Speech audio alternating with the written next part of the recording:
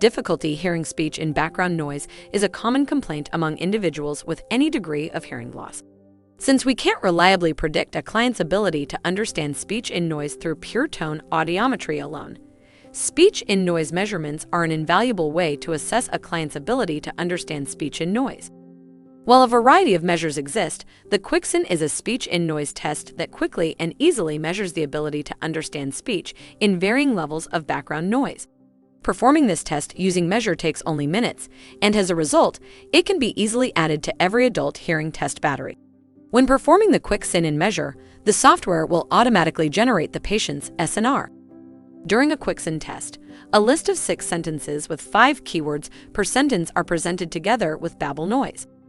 The sentences are presented at pre-recorded signal-to-noise ratios. A signal-to-noise ratio describes the intensity levels of the speech and background noise in relation to one another.